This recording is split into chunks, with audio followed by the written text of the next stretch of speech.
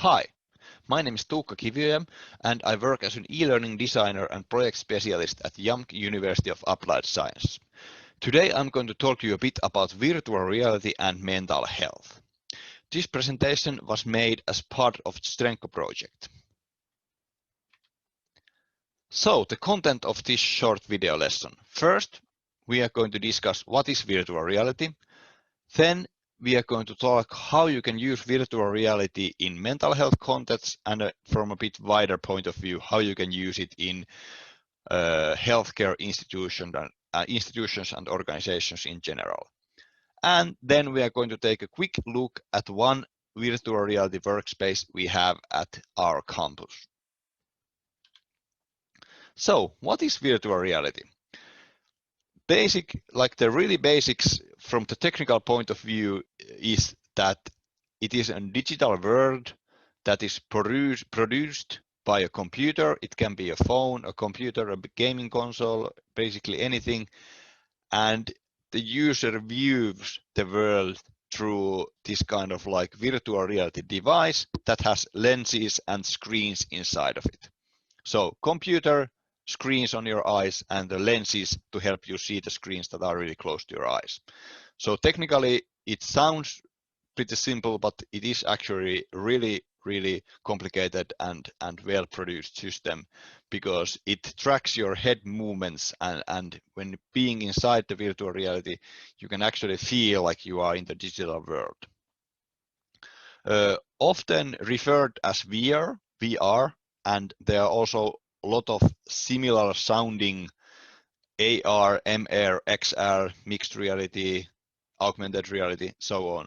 So don't get mixed with the terms. So virtual reality means the one where you have the glasses on your eyes and you are going to see the digital world inside the glasses.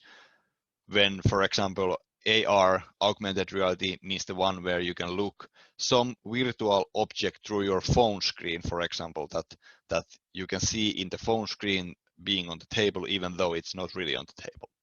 So don't get mixed with the different reality terms. And the content that the user is viewing inside the virtual reality classes can be basically anything. It can be an image, it can be a video, it can be a game, it can be a simulation, it can be static, you can just look at it, it can be interactive, you can grab different objects or open doors or do any kind of things that can be programmed with like game-based engines. And it can also be a real world place, like for example Eiffel Tower. Somebody has filmed a 360-degree video from the Eiffel Tower and you can look at it through your virtual reality glasses. And like you can actually use your computer through virtual reality classes. So you can see just your desktop there and open your email and so on. So basically the content can be anything when talking about virtual reality. And then a bit about the devices. I think if you have used virtual reality, you might have noticed that the different virtual reality classes look a bit different. So some of them might be made out of cardboard, like the one in the picture, and some of them look like really high tech. And also the prices vary a lot. So the cardboard one costs like 20 euros and some of them might cost like 2,000 euros. So there are different price points and different like design like flaws and design material decisions and so on. So really different like base of devices. I've divided them in 3 categories based on like the basic idea how they work. So the first one I'm going to call phone holders, which means that it can be made of plastic or cardboard or metal or anything. But the basic idea is that there's no screens, there's no computer, so you put your phone there, and from your phone you can put on 360-degree video from YouTube, or you can download an app that supports the virtual reality. And even on some phones you can have this kind of like virtual reality mode where you can basically use the basic features of the phone through the virtual reality glasses. The second category, which is the one that is starting to become the most popular right now is the standalone virtual reality sets, which means you don't need computer or a gaming console or anything other than the glasses on your eyes and then maybe these controllers on your hands. So in these older versions, you might have these like sensors on the walls and you need a computer to run the virtual reality program. But the standalone virtual sets work as they are. So you put the goggles on and you put the controls on your hand and then you are ready to go. You don't need anything else. Of course, this limits a bit the content and the battery life and all those kind of things compared to the ones that are run by computer and the sensors. And then the normal, a bit like old school virtual reality sets where you plug the virtual reality headset to a computer or a gaming console and the external device runs the virtual reality content inside the glasses. And like I a bit said before, like the software and the content and the possibilities of how you can use them can depend a lot on the device that is being used. So for example, when using the phone holder kind of virtual reality glasses, you can only use the apps you can get on your phone. And when using the one run by, for example, gaming console, you can only use the software and games that you can find for that console. And also different brands, like there's mentions Oculus and HTC, the technical point of view is pretty much the same, but some games run on only Oculus Rift or only HTC Vive.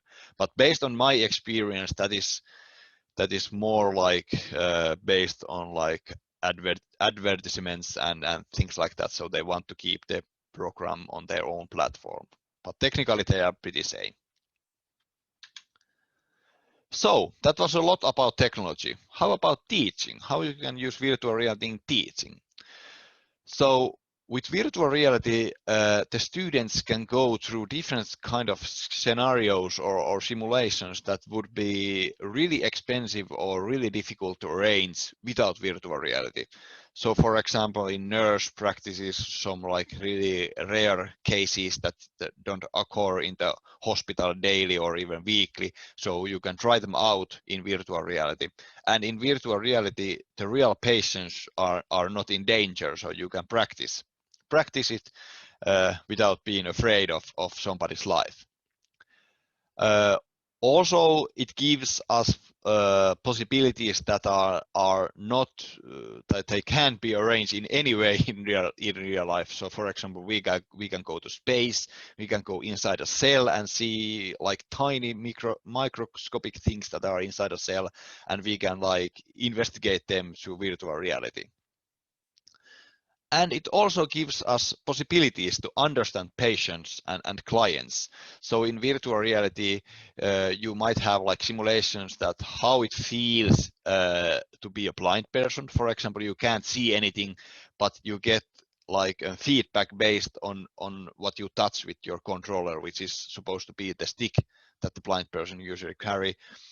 Or you can have this kind of like room with different things going on, and you can see, like for example, how an autistic person might feel about somebody like knocking on the table or some door squeaking or something like that. So you can get like this kind of like feeling what the patient might feel and how the patient might see different situations. And it also gives you safe environment to face your fears. So for example, at YAMK, at our school, we have this kind of like learning case that we have run a couple of times where we look for volunteers who have the fear of heights. And then our students who are studying to become nurses or some other like careers similar to nurses, occupational therapists or things like this, they try to support the volunteers who have the fear of heights to go to a really high place. And instead of taking the volunteers on top of the highest building here in Jyväskylä, we can take them to high places in virtual reality, which is a safe environment to face your fears. And we have also tested a bit like fear of flying and fear of spiders and things like that. But the fear of heights is the one that we have had the most most like positive feedback and positive results from the volunteers and from the nurse students. Then a bit about the mental health side of virtual reality using. So a systematic review of controlled studies conducted by the Valmaki and colleagues in 2016 revealed that virtual reality is effective for individuals with various mental health problems. And the most promising results they got with addictions, anxiety, and post-traumatic disorders. Virtual reality has also been used as a treatment for victims of criminal violence, substance use and abuse, and depression. So with different kind of scenarios, you can help patients and clients to face their fears and face the mental health problems they have. And with virtual reality, the environment is really safe, and it can be exit at any time, the same as the fear of heights scenario. So you don't really need to go to on top of the building. But if you haven't tried virtual reality yet, I can promise you that the sense of being on top of the building is really real in virtual reality. So we can create really lifelike and real feeling scenarios with virtual reality goggles. And of course, each patient, each client has own different fears and own mental health status that needs to be in consideration when planning this kind of therapy. And it's always individual, what works with somebody might not work with somebody else. So for example, in the fear of heights scenario we had, some of the volunteers were not even able to come out of the elevator that we have inside the virtual reality, but some of them like faced the fears really well, and they were brave enough to go to the edge of the roofs of the building and so on. So it's really individual how this virtual reality works with different patients. Then a couple of more examples how to use virtual reality in nursing field. So you can collaborate with other experts. So this is something that we have done with the central hospital in Jyväskylä. So instead of running students there and doctors at our campus and so on, we have run a meeting in virtual reality where the doctor from the hospital and our student both have like avatar, and they are in a real meeting room, and they can like almost shake hands and so on. So you can see the gestures of their hands and their head, and they can discuss a case. So in this scenario, we had this kind of like case that the doctor knows, and the doctor knows like the correct answer to the case, and our students are trying to solve the case and give the patient the correct medicine and correct therapy depending on the case, and then they like tell their results to the doctor, and the doctor like gives them feedback how well they find out what was wrong with the patient based on the information they were given in the case. And also it gives chance to prepare for future cases, to improve the skills and knowledge of the future future nurses that are currently students studying to become nurses. So with different virtual realities cases, they can get familiar with different equipment, different kind of patient rooms, different kind of simulation and scenarios that they might not see in the first weeks or months in the nurse work, but it gives them like an idea how to react and how to work in that kind of situation. So here are the references, mostly based on the mental health part. The rest of them was more of practical experience based on my work here at YAMK. And now we are going to take a quick look at YAMK virtual reality workspace and see how does it look. See you there.